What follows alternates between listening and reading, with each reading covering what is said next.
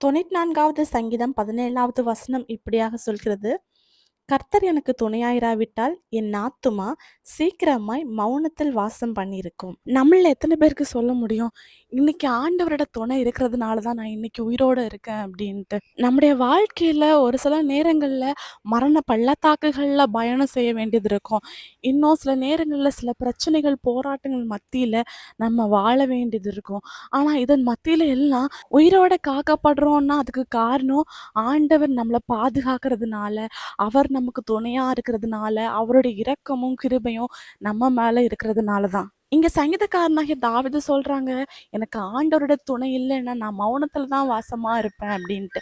மௌனம்னாலே அது ஒரு மரணம் தான். இந்த தாவீதோட வாழ்க்கையில அநேக மரண பள்ளத்தாக்குகள் வந்துச்சு.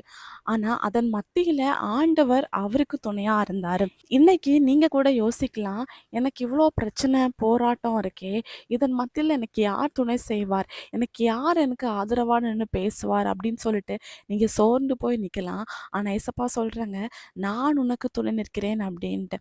ஆண்டவர் உங்களுக்கு துணையா இருந்து உங்கள பாதுகாத்து, அவர் உங்கள எல்லா வல்லடிக்கும் விலக்கி தப்புவிப்பார். விசுவாசிங்க, அற்புதங்களை எதிர்பாருங்க. இயேசு கிறிஸ்துவின் நாமத்தில் ஆமென்.